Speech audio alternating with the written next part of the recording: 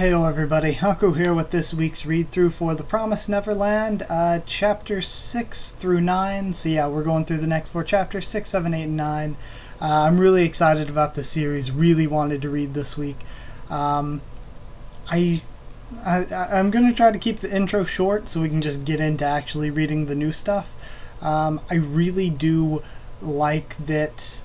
This is what I've been saying the whole time throughout it. I like the way it's kind of a mental, psychological kind of series, where it's like this.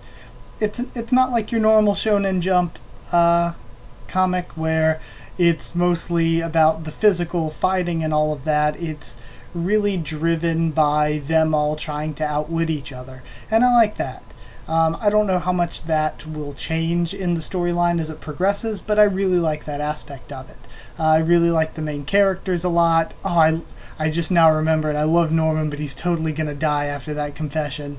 And I actually really like the mother character a lot, because there's a lot of layers there that we haven't got into. We found out, that was the biggest thing to me in the series so far, the reveal that she is one of the cattle children, and she can survive as long as she keeps them trapped in there. So I'm assuming that means she's not one of the monsters, whatever they are.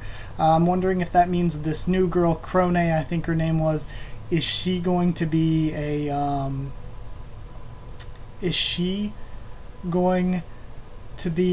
one of the monster things in disguise, or is she, because we saw that panel last time with like the monster silhouetted behind them, but we know that the mother has to be a human, right? If she's one of the cattle people.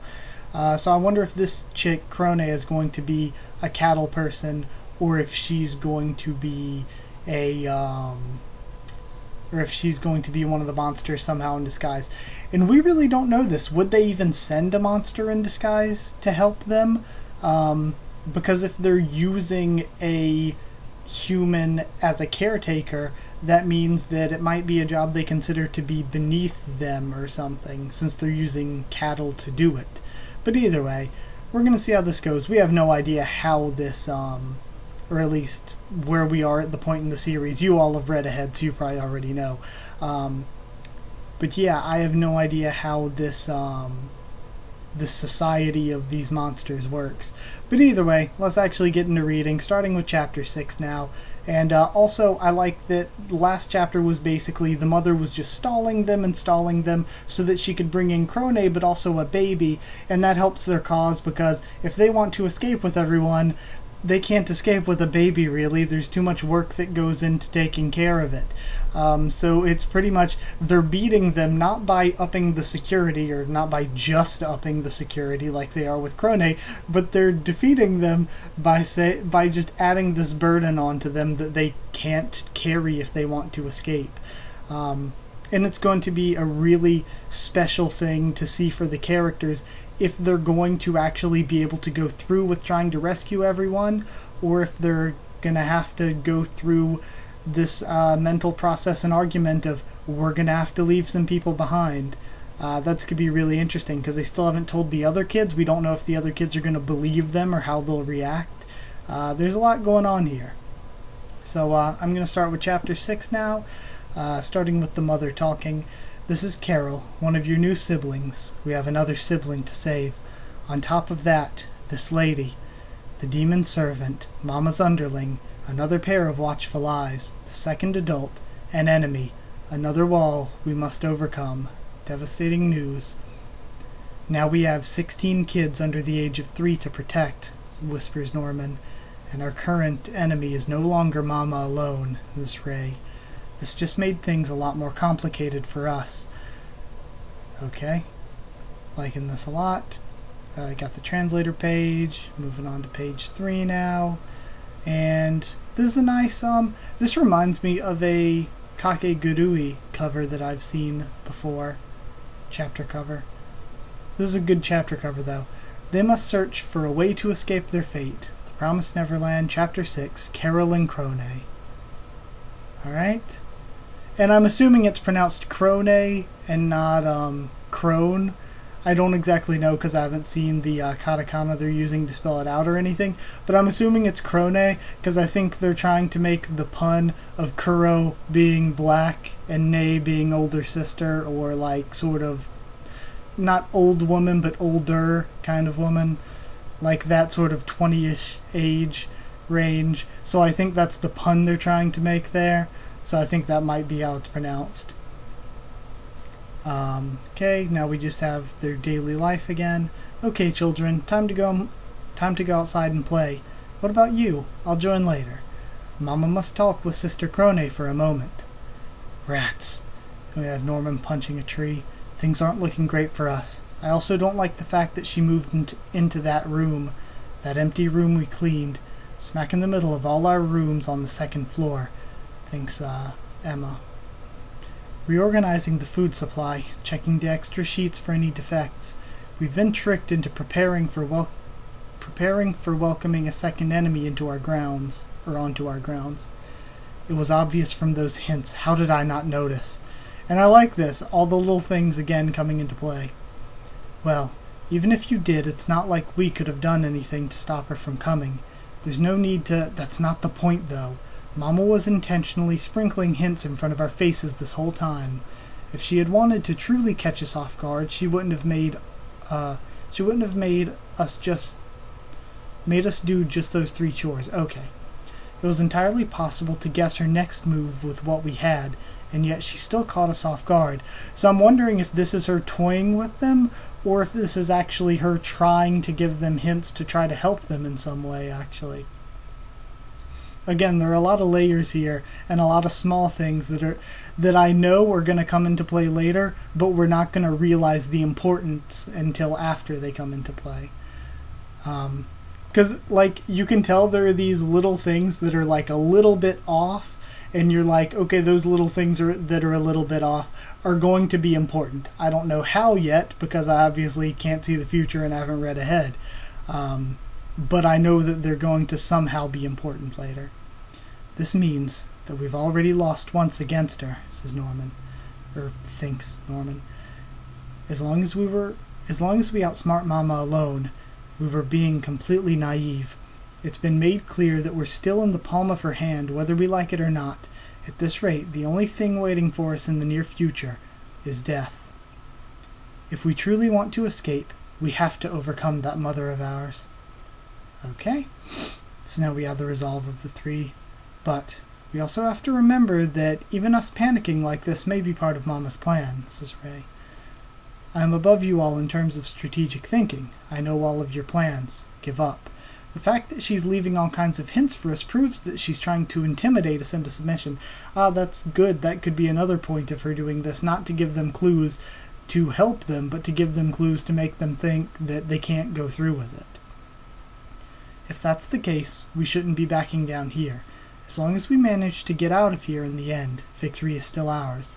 So basically, don't feel bad because that's what the enemy wants. In fact, we should be celebrating right now. Huh? Says Emma. After all, we have 2 extra sources of information now, and we see panels of Carol and Krone. We needed more information anyway. This is exactly what we needed. We won't lose without gain, says Emma in reply. We'll be the ones to win this battle. Yay! Okay, and now we cut over. We finally get to play with Emma. She's not here. It's you guys. Don, what even... I'm pretending to be Ray, and he's sitting there against a tree reading. So basically, you have nothing better to do. Fine, I'll play with you. And we have the 2 older ones that were helping them. Where's Emma? I'm not sure. Is Norman with her? Probably. But I wanted to play with them. I feel like they haven't been around for days. And the one with the glasses looks worried. So I'm wondering if the one with the glasses and, what was his name, Dom? Or Don?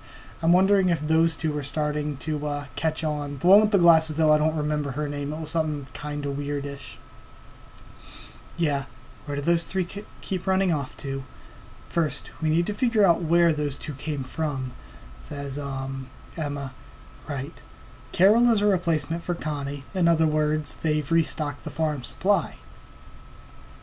Agreed. Assuming that this place really is a farm rather than an orphanage, there must be some sort of source that those demons are either producing or abducting their supply of 1-year-olds from. Okay, so this is interesting. Because you would think, I guess maybe they have some... this is getting into some weird anime manga stuff, some sort of human breeding farm somewhere. You would think that they had that. But since they're bringing it up, there is the chance that perhaps there is a human society. Maybe the monsters are even hidden from human society, and this farm is hidden from the human society as well within the monster society. And the monsters are actually abducting the kids rather than producing them. So that is a that's an option or a chance that I hadn't thought of yet. A source that supplies humans for consumption, huh? Does that mean all of us came from that source? Probably. That's where that lady must be from, too. Our biggest new clue is the fact that there are adult humans out there apart from Mama. Perhaps there are multiple other farms just like this one out there, too. And it's interesting if some of the farms let them grow to adulthood. It would make you wonder why they specifically were allowed to grow to adulthood. Were these adults born into serving those demons, or were they abducted by the demons from a normal human society? Even a small difference like that will make a huge difference in the world we're up against. And again, yeah, there is a difference between them being bred or them being abducted. Finding out the way those two were raised will become our key understanding of the world around us. See, I love how smartly this was written. The fact that Carol was brought to us early is also a great plus. There may be no visible marks on the older kids, but Carol just got here. He's right, there might still be an implant scar left somewhere on her body, thinks Emma. To summarize our current situation in 3 points. 1. The adults are our key to knowledge of the outside world. 2. Carol will be our key to uncovering the secret behind these trackers. And finally, 3. Mama is being weird.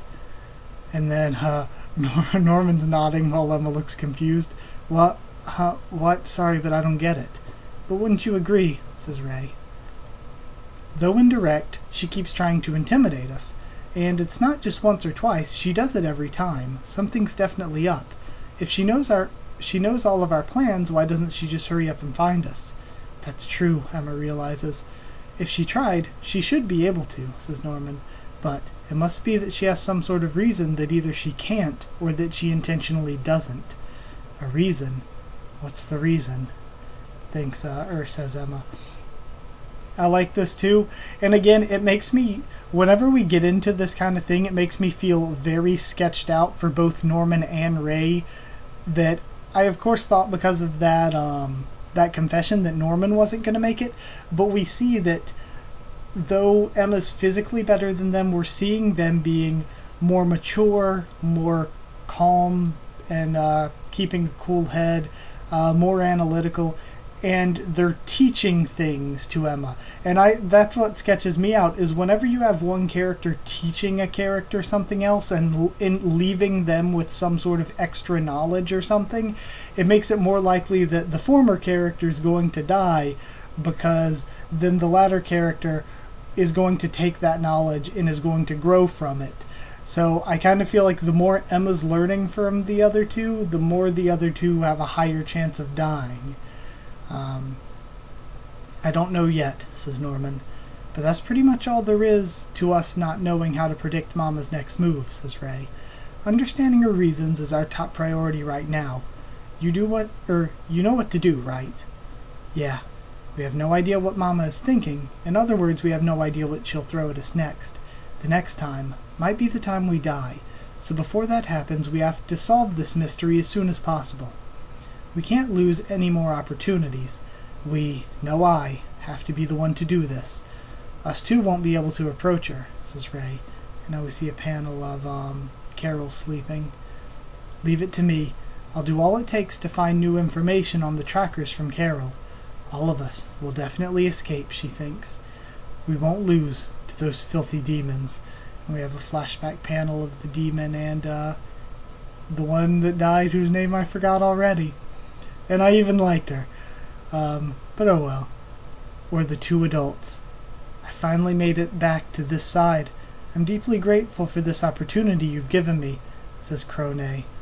So this side. It's interesting. Maybe she's talking about the side of living with other humans instead of living amongst the demons, for lack of a better word. They're calling them demons, so I guess that's good enough terminology. All I did was request for a person to fill the role of a helper. It's not like I specifically asked for you. I've heard many great things about you, says Crone. Rumor has it that you were the youngest to be chosen as a mama, and that you've been doing better than anyone else in history by continuously producing goods that are the best of the best.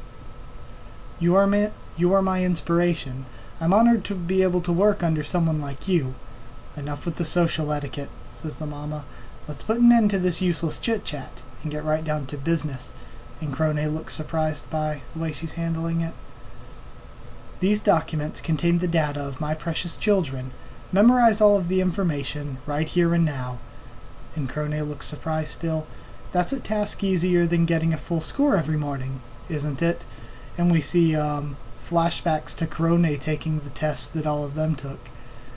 So maybe getting full scores, maybe not all the ones with full scores get to become, or have to become meat. Maybe that's how they become a mama. Because they use the smartest ones, instead of just eating them, they know they can use them to produce more.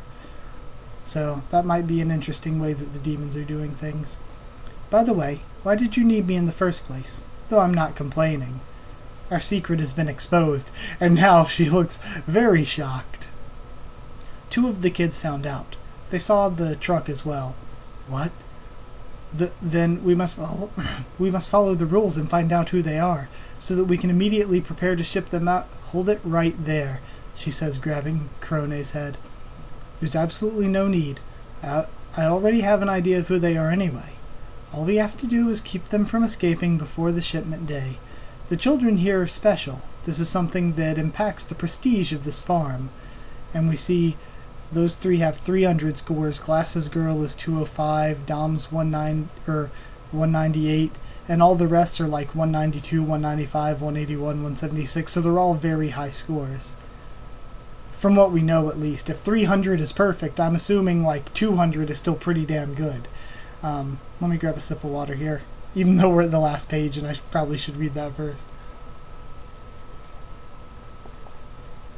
My throat just feels really dry and scratchy today. Probably because I recorded like an hour read-through yesterday. But either way. So, we won't be reporting this to the higher-ups, says Crone. We won't. I will take appropriate measures to deal with our targets. You, on the other hand, will be in charge of keeping a close eye on those kids. I am the mama in this house. You are a mere helper. I will allow you to act as if you were on an equal ground as myself here, but behind the scenes you must consistently follow my orders, and my orders alone. The plot thickens. What is the true secret behind this world? Do you understand, Sister Crone? Yes, Madam Isabella. Okay, I like this dynamic a lot, because not only are we getting development for the kids, and it looks like Dom and the Glasses Girl might be getting some development soon too. We're getting a little bit more of them, in addition to the main 3, but we're getting a lot of development for Isabella and Crone. I like this, because we don't know if Crone is going to betray Isabella and stay loyal to the demons. We don't really know what she's thinking, because she's just now finding all this out. And on Isabella's side, we don't know which 2 she thinks it is, because we can assume she has it right, but she might actually have it wrong, which could lead to even more weird circumstances. Like, what if she ends up shipping off the other 2 that were in there, Dom and the Glasses Girl, and then those 2 are gonna die, and that leaves Ray, Norman, and Emma like, oh shit, they died because of us. They died because they thought that they were the ones that knew and we're the ones that knew. That, or it could be Norman and Ray, and this could be the avenue that they get killed off, leaving Emma to have to grow from their loss now that she's all alone and without them to help her. Also, again, there's the chance, we don't know, since they had perfect scores, presumably, and were made into mamas, we don't know if they're going to try to do the same thing to any of Emma, Ray, or Norman. We don't know if they're going to try to make them into future mamas. And of course, they could try to do that for Emma. It would make kind of a bit of sense. So yeah, there's a lot going on here, and it's all really, really good. So yeah, let's start with Chapter 7 then. How long did... That was a good 20 minutes, wow. Let's start with Chapter 7. There are a total of 9 cribs in Mama's room. All 9 1 to 2 year olds in our house are tucked into bed and woken up by her. Okay, so there are 9 that are 1 to 2 years old, and I thought they said there were 16 overall that were under 12 or whatever. So, that's a lot that they're going to have to try to get out. Especially the majority seemingly being infants. For some reason, out of all us kids, the only ones allowed to enter her room to help the toddlers bathe and get changed, questionable rules of the house, are the eldest girls in the house. We won't be able to approach her. If we try now, Mama will start to suspect us. Okay, so having them be the ones to help the mamas take care of the children might be a hint.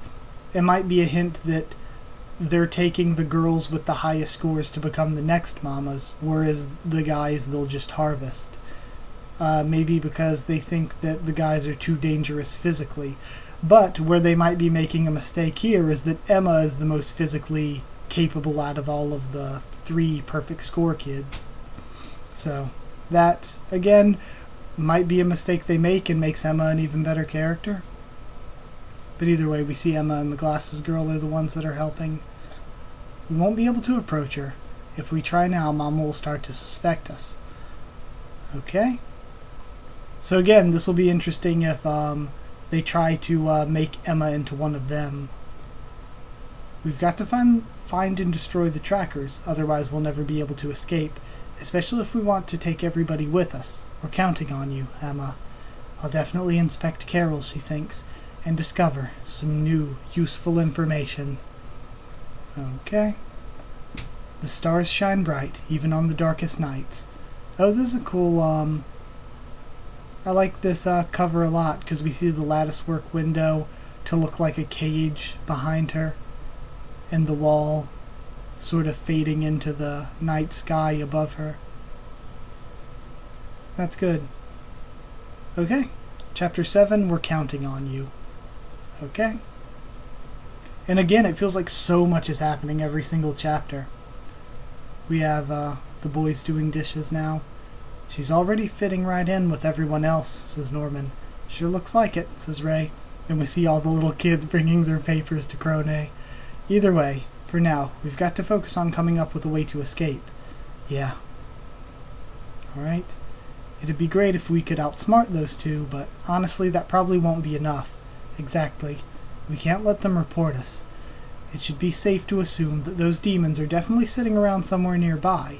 There's just no way they'd leave a farm that produces high-quality goods without security. Therefore, the thing we must avoid at all costs is for our escape to get reported to those demons. There's only one way to avoid the danger, altogether. And then the 2 of them look shocked, and Crone is standing between them.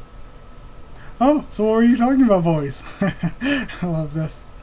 She just looks down at the 2 of them. You 2 are Norman and Ray, right? Yes. I've heard that you both get full scores on those daily tests. Yes. That's amazing, she says. Well, nice to meet you both.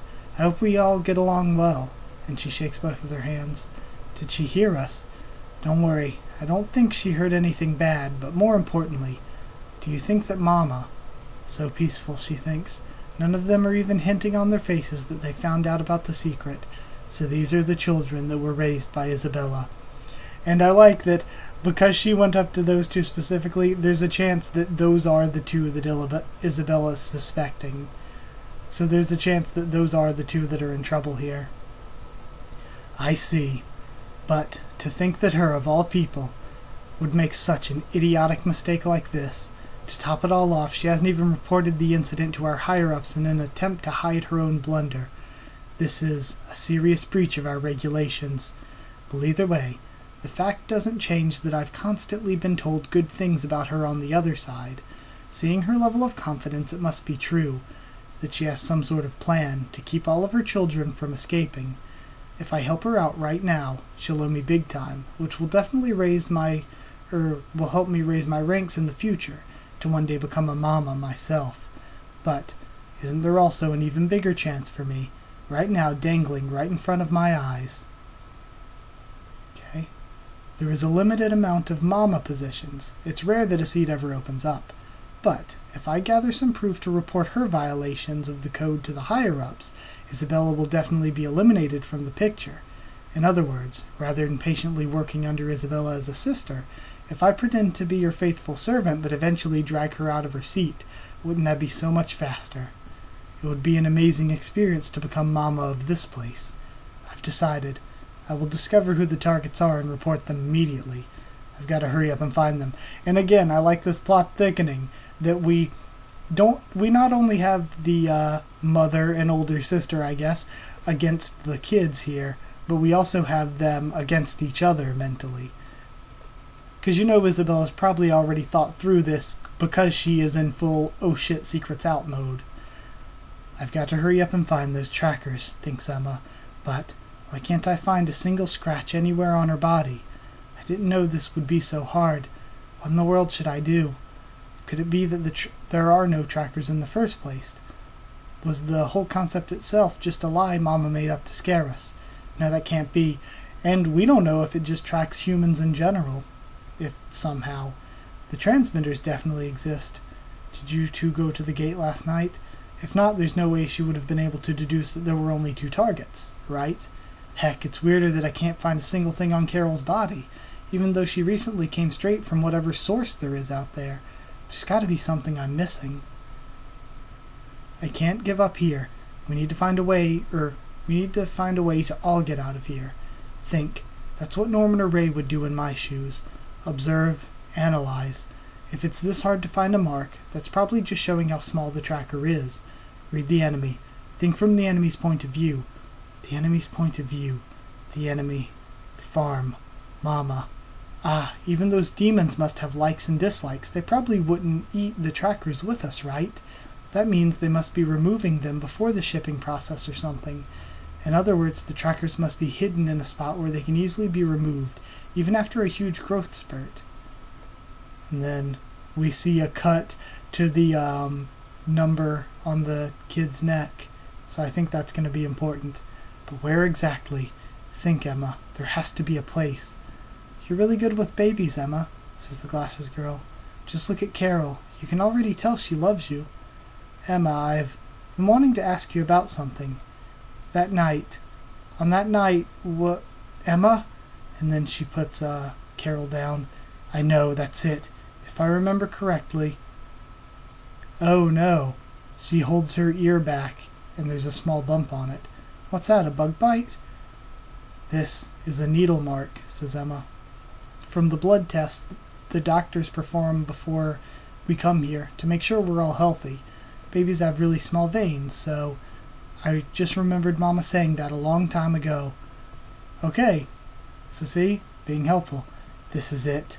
Nyla, Phil, Mike, Connie. Everyone had this mark when they first came here. Small, but in a place where it can still be easily removed after the baby grows.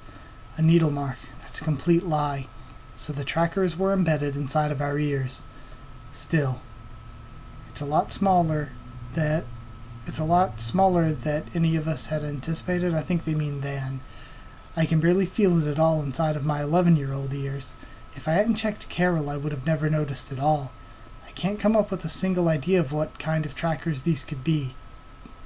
These are really made from scratch by the hands of those... If these are really made from scratch from the hands of those demons, we won't be able to... And then Carol grabs her finger. Yeah. And Emma gets resolve. That's right. Now we know where they are. Or where they are at the very least. We've made progress. We can't stop here. Now we need to think about how to destroy these. We'll definitely find a way. Okay. Reporting in. Oh, and we have a radio room that's hidden in the house. This is number 73584 from Plant 3, October 17th. No abnormalities. So, they reported in via radio, and there are at least 3 plants. Checking out Isabella, we hear a voice come over. Grandmother, I have a message for you from our boss. You will be able to send out those 3 as planned, correct? This is a very important task, Isabella. The other plants aren't doing too well this year. This time around, the only one who will be able to provide top quality produce for the Tefari will be you. Okay? And the characters for Tefari mean ceremonial festival, it says in the translator note. Yes, I completely understand. Please tell our boss that everything is going as planned. I will be able to send over any child requested at any time. I see. Okay. And then we have these weird characters. Will be elated to hear the news. Okay. Nobody better mess this up. The meal we present to the characters must be of the uppermost quality, unlike ours. Now then, all of you, let us all celebrate the harvest this year as well. Commence your prayers to, and we have that name, so that must be the demons' god. The time is ticking away. Okay, this is interesting, and I like the artistic use of it being in some language that we can't read. Okay, so I'm looking at these demons here, and it seems the grandmother must be one of the demons. Okay. That's interesting. So we have the demons, and they're all gathered around this old-looking table, but we have pipes and stuff under it. And they're holding this flower, like the one we saw stabbed through What's-Her-Face. So I think there is going to be some sort of more magical quality to whatever's going on with these demons, because if they were some sort of alien race or something, it doesn't make much sense that they would be using this weird stone table and such. So, it's interesting. I like the designs. And it makes me think that the festival is for whatever this is, and they're saying that they're praying to it.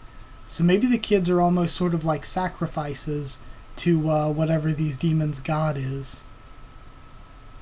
Okay. So that is a very, very weird chapter. Do we have a page 20? No. Okay, so next up will be chapter 8, and I'm going to take a quick jump cut. Sorry about that jump cut. I had to run answer the door, and then I couldn't get back to recording right away, so it's been like a long time. Not a long time, but it's been a good few hours or so since I started recording. So yeah, I went back and I actually, because I feel like towards the end of that last chapter I was kind of like hurrying up a little bit, so I felt like, I don't know, my reactions were still normal, I guess, but I wasn't looking as in detail as I was at the end of last chapter as I was in the chapter 6 or most of the beginning of chapter 7. But either way, I went back and reread chapter 7 because of that right now before continuing recording, just to make sure I got everything. A few things I noticed that I like. I really like Krone. One thing I like about Krone is her facial expressions and everything. They remind me a lot of Hisoka from Hunter x Hunter, like a lot. Like she, for some reason, her facial expressions, the way she's drawn and stuff, she reminds me a lot of Hisoka from Hunter x Hunter. I don't remember if there was anything else. Yeah, it was just basically the normal stuff. We found out that the trackers are behind the rears, and Emma and this one glasses girl are the ones that are allowed to help Mama with the babies. And Isabel was contacted by at least someone she called like grandmother or something like that, and the grandmother in the panel we saw looked like a human, so I think she might be a human that's in charge of all these mothers and sisters or whatever. So I actually think that she isn't the ones we saw on that last page, the actual demons or whatever. So I think I might have been a little bit confused at that. I don't exactly remember what I said when I was reading the end. I think I might have thought it was the demons actually talking to her, but I think one of the demons had a piece of paper, and the demon was just reading off the grandmother's report that she got from Isabel off screen. So then when we see them, we just see the demons replying, this is good. We'll pray to whatever and sacrifice these kids and eat them in their name or whatever. So again, that shows that we don't know anything about these creatures. We don't know if they're supernatural, demonish. We don't know if they're some kind of aliens. To me, I guess it makes more sense that there's some sort of mutated monster or some sort of demon or something. Because their technology doesn't seem super duper advanced for the time. It seems a little advanced, but not that much. And also, I don't know, I guess I just don't get that kind of vibe from them. And they have this sort of worship where they're eating human brains to like pray to some sort of being. I don't know if I would call it their god or whatever. Don't know what it is. But either way, really cool artwork. I love the story so far, and let's continue on into Chapter 8. Just wanted to throw in those extra thoughts from Chapter 7 that I didn't get in because I had to make a quick jump cut there. So let's talk about Chapter 8. Okay, we have the Promised Neverland. Playtime, and we see Emma out with the one dark-haired little boy that we've seen a bunch. Hold on, Emma. Your collar is a bit crooked. I didn't notice. Since when? And Isabella's helping her with that. Oh, also, Crone seems like she may be kind of on to Ray and Norman, which is interesting. And then we have Ray in the background. The truth hides within everyday norms. Okay. And then Isabella pats her on the back. Now you go have fun, she says, rubbing her ear. So I wonder if that's again a hint to Emma that she knows that she might know, or if maybe that's another test where she's like, we'll see if she reacts if I do this or not. So it's interesting. Again, the mental fortitude of these kids, even if they're super smart and everything, to not break down, but to be such actors is really cool. Okay, we're at the next page. Later, says Emma, running away from the mother. Good work, says Ray. Thanks, see you later. And she runs off. Okay, and we've had a lot of panels of the Glasses Girl watching Emma, so I think that maybe she's catching on, but what I'm scared of is I don't know if she's maybe going to either A, if she's going to be the one to tell on them that she thinks something is up with them, or B, Crone is looking for the ones that she thinks are guilty because she's going to turn him in before Isabella and use that as a stepping stool to get herself higher up in the ranks. And if that's the case, then what if Crone or even Isabella mistakes the Glasses Girl as one of the guilty ones? And again, like I mentioned last time when I thought maybe Dom and the Glasses Girl, what if they died? And either way, whether they die, like I said last chapter, or whether they die like I'm saying now, it would be one of those things where Emma and her group would have to go through the character development of, oh crap, they died and it's kind of our fault. So that would be a pretty good story beat. Even though it'd be sad to see them die. But either way. Sorry for the wait. Let's go, says Emma, running up to Norman. Alright. Then, hold on, just checking my recording and all. Everything looks good.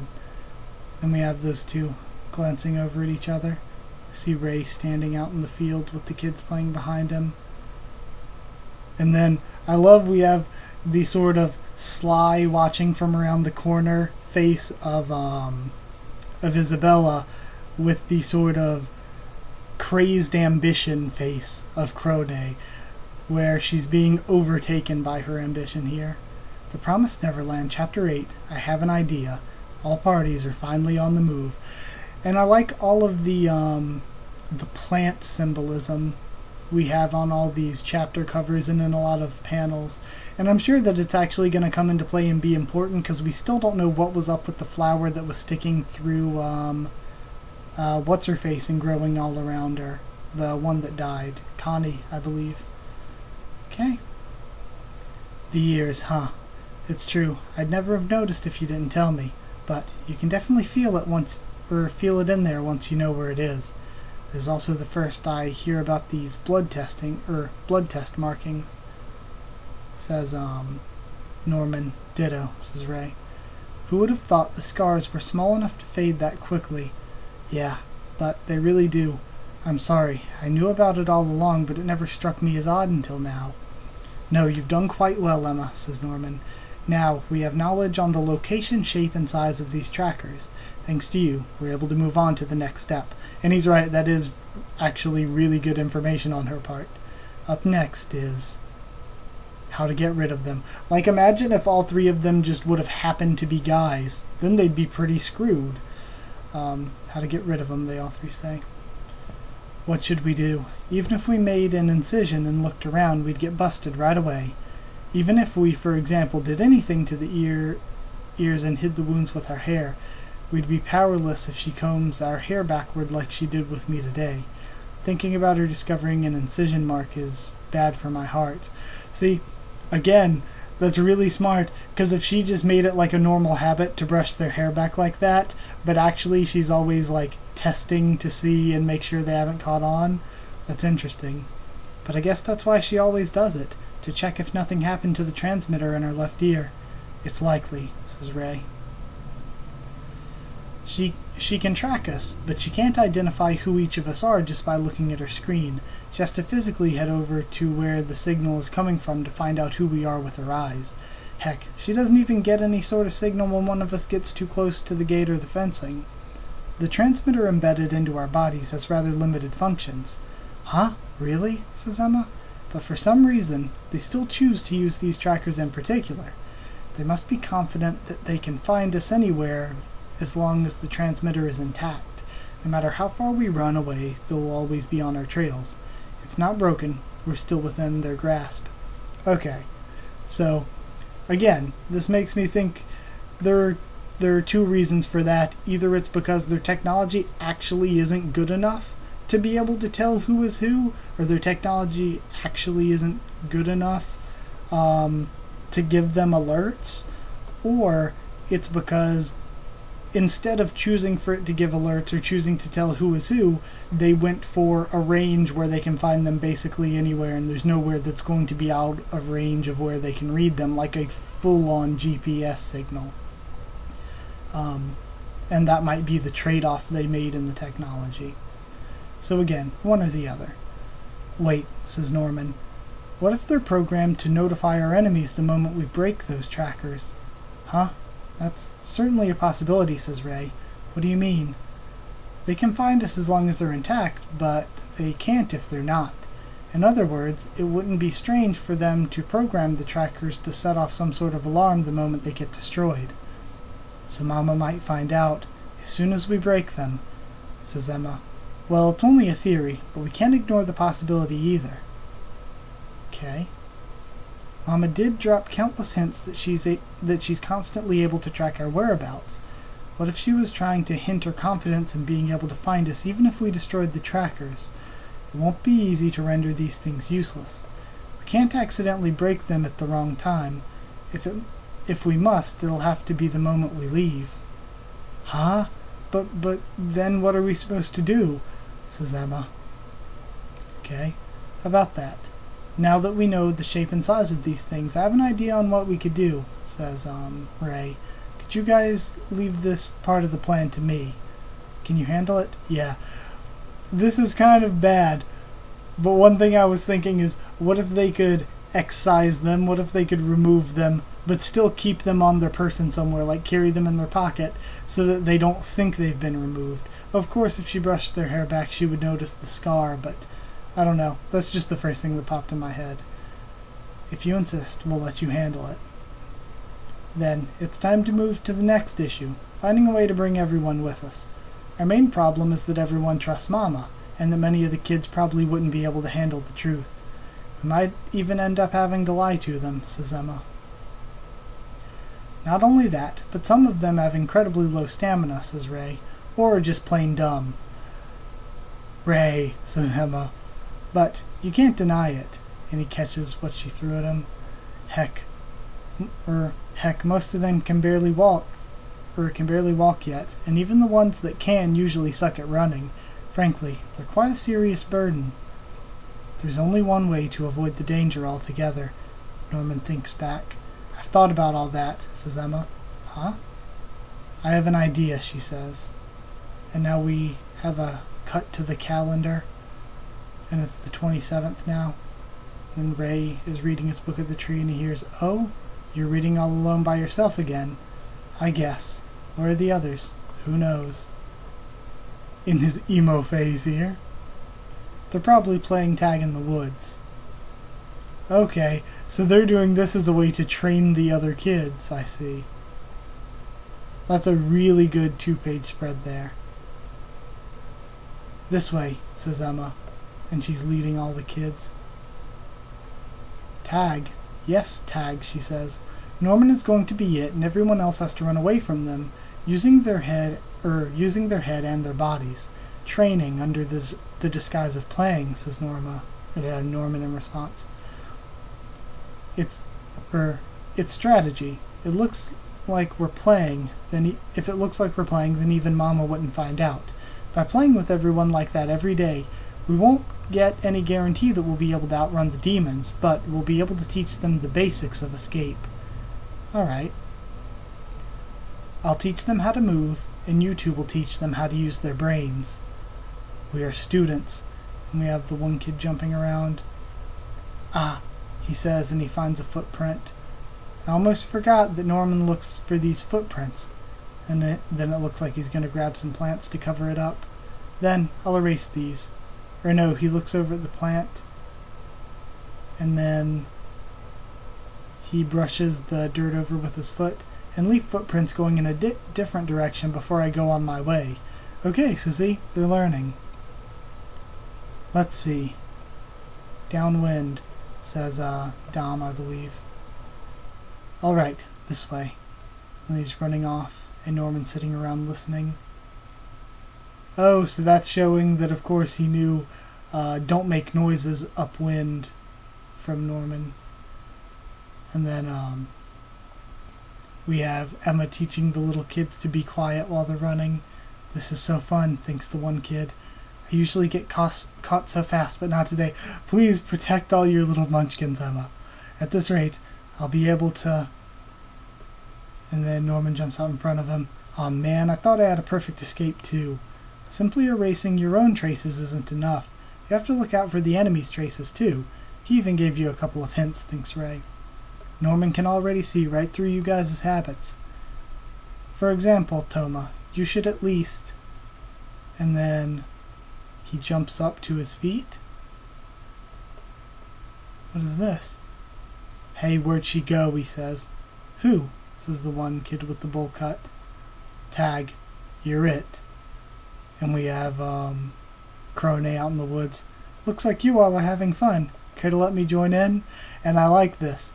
I like this for the kids actually, because while she's going to be using it, obviously, to try and see which ones of them know what's going on, one thing that's going to be good is that this gives the, what could be good is that it gives the kids an idea of how to actually run away and escape from somebody who's been trained as a mama or sister or whatever. Now where it could go badly is if she just completely demolishes Emma and Norman, teaching them, trying to, again, do what Isabella's been doing, trying to show them how little they are and how insignificant they are up against her in this competition. But, again, that could still be good for them because it can teach them what they have to overcome. So, we'll see how it goes. And we're going to read Chapter 9 now as soon as I get to it. Chapter 8 was really good like all the rest in the past. I can't think of anything to talk about that I didn't already talk about during the chapter, so it was good. Let's go through Chapter 9 now, and that'll be the last one for this week's video. Let me check the time first. Yeah, looks good. Looks about right. What? Why? Says Ray. We have all the kids together. I want to become friends with everyone. Let's play a game of tag. Promised Neverland. Behind the scenes, a complicated scheme unfolds. We have Ray looking there quietly. Did she just come to get in our way, or maybe to investigate us? He whispers. No worries. She won't be able to find anything, says Norman. We're just playing a game of tag, albeit a complex one. She can't do anything to stop our fun. I don't know why sometimes I get the hiccups when I'm recording, I guess from just reading from so long. Let me get a sip of water. Maybe that'll help.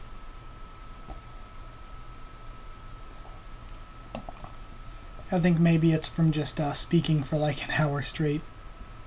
Will do it to me sometimes. But either way, she can't do anything, because it seems like it only happens really during read-throughs. She can't do anything to stop our fun. Okay? Don't be scared. Alright. Moving along. How would I act if I was oblivious to the situation? I would have been super excited. Smile, Emma. She thinks to herself. One thing I think, though, is when she first went, one thing I noticed from that panel was that her and Norman seemed like really scared protecting the kids, whereas the other kids were happy, like, yay, Crone's here. And I think just that one moment should be enough, or at least if she was Isabella, knowing how smart she is, it probably would have been enough for her to notice, okay, it's them. But still. In fact, we should be celebrating right now. We have a flashback to Ray. That's right. After all, we have 2 extra sources of information now. Sam is now thinking of this as a chance to learn. This is our chance, a chance to get to know our enemy, she says. Yep, that's right, says Ray. We're all just testing the waters right now. And whenever they're doing this whispering to each other, I'm like, can't they just hear them? But either way, the time limit is 20 minutes. I will be it. Everybody, make sure you get away from me, says Crone. Alright, Chapter 9, let's play a game of tag. Escape or die. Run or else. The Promised Neverland. That's a good cover. Look through it. And again, I like the way they used the crazed faces for Crone, because it kind of represents her ambition in a way.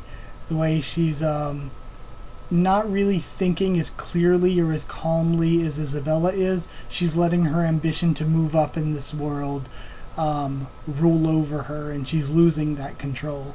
But at the same time, I do still think we're probably going to get some sort of backstory for her, just like we probably will for Isabella. Like, given the circumstances that both of the characters are in right now, I'm certain they have some sort of backstory that both explains their actions and also will tell us, and maybe even tell the characters if they're the ones that find out the story. It will tell us more about this world at large. So I think it's a good opportunity for the mangaka to world build, and also to develop characters more, pass on things from one character to another. So I do think we'll see backstories for them to explain all of this. Alright, so we have Crone counting to 10 as all the kids run. Alright, I've been wondering about these kids in the forest. It's been 10 days since I came here. So far I've been a loyal watchdog. Night and day I've been observing these children. At my assigned posts, nothing more. Alright, and we see all of her looking on while she's doing her daily stuff. But I can't stay still any longer. Alright. It's simply humiliating. That woman always has her guard up, and she doesn't trust me even one bit. But today I finally found a way through her. First I have to conduct a little test. Isabella isn't going to tell me anything about the possible targets. But, going from what she said, I can make an educated guess on who they might be. If I remember correctly, those full score kids have the next closest shipping date. Okay. Let's see how competent those kids really are. I'll definitely expose the target and steal Isabella's position. Let's see. How will the enemy move? We're playing with this many children, but she gave herself a time limit of 20 minutes. She'll probably come looking for us first, says Norman. She must be targeting us, the 5 oldest children. Her plan must be to find us first, and then go find the rest of our siblings along the way. That'll be my plan, she thinks. And then she hears something in the forest. Huh? She looks around. I thought she heard something. Okay. Huh? This is strange. Can't seem to find any traces. And then she looks. Fake footprints. Is this really a game of tag played by kids? Alright. I see. This explains it. The children here are special. Special children. They're different, even if it weren't for their full scores. Change of plans, she says. Let me put this away for now. And she takes out the tracker. It's time for me to get serious. I love that panel. No, she's not. For some reason, I find myself the most intrigued and liking these bad guy characters the most. Like, Isabella to me is probably my favorite character because I have this huge sense of tragedy coming from her, and because she's so smart. And Crone is quickly growing just because it's so freaking entertaining to watch Crone, like, just completely lost in her wanting to do all this and find all the kids and overcome Isabella and become the new mama and everything, and all the crazy faces it causes her to make. She's a really entertaining character. It's time for me to get serious. No, thinks Norman. She's not coming after us. Did she change her strategy? Huh? And we have a bunch of the kids running into each other at the same place. Whoa, and she grabs all 5 of them. She managed to gather all the little ones in one place, thinks Emma, watching from on top of a tree. She meant her, but how? We told the kids to pay attention to their surroundings, but now she's using that against us. These leaves, she's left all kinds of markings on them to pique the kids' interest. She laid out a trail of this bait to lure all the young ones into one location. She's using a trick that exploits the kids' curiosity. She's a lot craftier than she thinks. Oh, the little kids are just so cute. She's capturing them one after the other, leaving the youngest ones aside. Okay? And I think that's Dom thinking in the background, and this is still Norman's internal monologue. She already even caught Nat, Anna, and Toma. She's completely reading all of our methods. I was impressed at how far everyone has come in the past few days, but it seems like our current level just isn't enough. Damn, she's just plain strong. I'm especially not fond of her bottomless stamina. She's gonna get me. And we see another kid running from her. And he sees this burrow in the underbrush, I guess. Nice. This place is so narrow she won't be able to follow me. And she stops for a moment. And then just smashes through it. Yeah, and the kid's horrified. Listen to me, that sister's friggin' insane, he says, running to the other kids. Huh? Says looking out. One of them says looking over. Don, Gilda, she already got you two? Okay, Gilda's the glasses girl. She's unbelievable. Once she finds you, it's impossible to shake her off, says Dom. This is too much. Even compared to the games we've been playing with Norman, is it? So then, it's just those 3 left now. Yeah, I think the only ones left now are Norman, Emma, Ray. Wait, huh? Did she get Ray already? Oh no, are there still 5 left? Emma! Oh, and the little black-haired kid and the little girl. Emma's running with both of them. Quiet, she says. And she's jumping from rock to rock here. Then Crone continues following her, but she vanishes into the forest. Then she hides behind a rock, staying totally quiet. Emma, you must be exhausted from carrying those 2 around, says Crone. You'd have to rest or you wouldn't be able to keep running, would you? I doubt you're used to being chased like this either. No way. She doesn't look worn out a bit she doesn't look worn out in the slightest bit, thinks Emma. Did you know, Norman's weak point is stamina. I heard that he's had a weak physique since he was young. Did you hear that from Mama, she thinks. Ray's Achilles' heel is that he gives up a little too early. He makes up his mind fast, and is also fast to abandon it all. She knows us so well. And Emma, yours is naivety.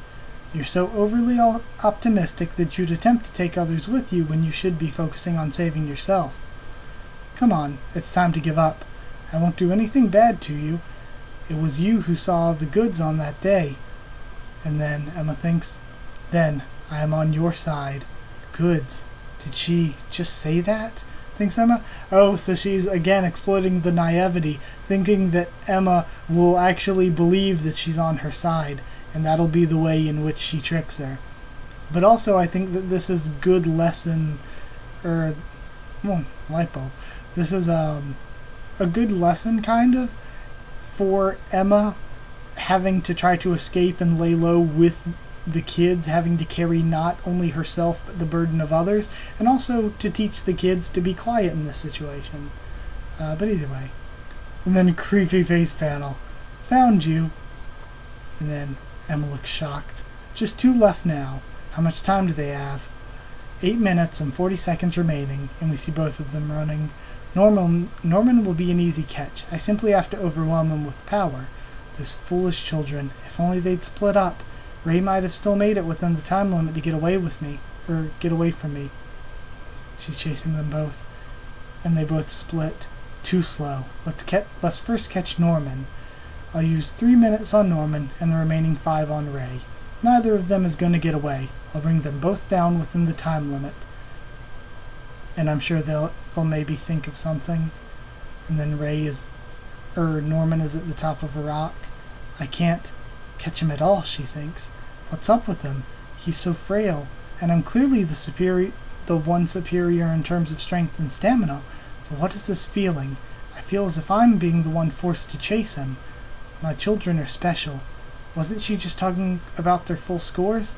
These kids. Could it be that their true motive? And we see Ray behind her. Oh, this is great. Time's up, he says, putting his hand on her shoulder and pulling out a watch. It's our win, sister. Whoa, you won, you really won. This place just isn't just any farm. It's more like a zoo full of dangerous, unpredictable beasts. But at the same time, what amazing goods you've raised, Isabella. So, having the best mama to raise the best goods is kind of backfiring on the monsters because they're creating their own worst enemies here. Judging by their skills, those two were most likely our targets, but it's hard to overlook her, she thinks about Emma. And also, we have Gilda looking over in the distance. Again, I feel like Gilda could be the one that kind of dies the tragic death in their place that teaches them a lesson. I couldn't outrun her. I wanted to see how far I could run with those 2 in my arms, but it seems like I'm going to need to think of a better plan. And again, see, this is Emma training to be better with that. This will be nothing compared to the real deal, she thinks, especially if we have to run away from those demons. We're going to have to escape in small teams, says Norman quietly to Ray. The teams will be split so that everyone in each group will be able to make up for each other's weaknesses. But we also found the answer to our main question today. Yeah, I am on your side, she says. Just what did she mean with those words? Is it just one of Mama's traps, or could it be the sisters? We're capable of sneaking up behind her. Our first target is the sister. I doubt it's impossible to kill her. Yet another step closer to their escape. And see, that's another thing. If they can track them wherever they go, and, well, A, if they can track them wherever they go, and B, if they are, I forget what I was going to say here, if they could sort of be the ones that set off the alarm and find them and let the demons know what's going on, and I guess, hell, even a third part of that, if they have to find a way to escape with all these kids, escaping seems terrible, but if you think that somehow, maybe in their sleep, though I doubt they're wary at all, or though I think they're probably wary at all times because they're training to be mamas or sisters or whatever, like they said, or like Norman's saying here with this dark turn, if they kill them, if they're able to somehow assassinate each of them, then escaping becomes way, way easier, because they then have time. They don't need to destroy the trackers, but to cut them out of their ears, which is going to suck, but it is what it is. At least it's just the ear. They can just cut them out of their ears and run away and and if they have all the trackers just laying around the place, the demons won't know until they don't get their radio call in from Isabella, and they're like, okay, then there's something wrong. And even then, we don't know if they might think, oh, she's just busy today. We don't know how immediate their response to that would be. So actually, the thought of assassination is really, really a smart plan on their side. But yeah, that is it for Chapter 9, it for Chapters 6 through 9. I hope you enjoyed the video. If you did like the video, comment down there. Tell me what you thought of these 4 chapters, what you thought of my thoughts on them. No spoilers, please, of course. Subscribe for more. Promised Neverland, much more on the channel. 4 more chapters will come the Wednesday after next. I know this one was a bit late, but is what it is. Then follow on Twitter if you want. I can try to keep you updated there and stuff for the channel. If you want a link to our Discord server to talk with me or more of us there, just ask and I'll give you a link to the Discord server. That's it. So thank you once again for watching, and I'll see you all next time.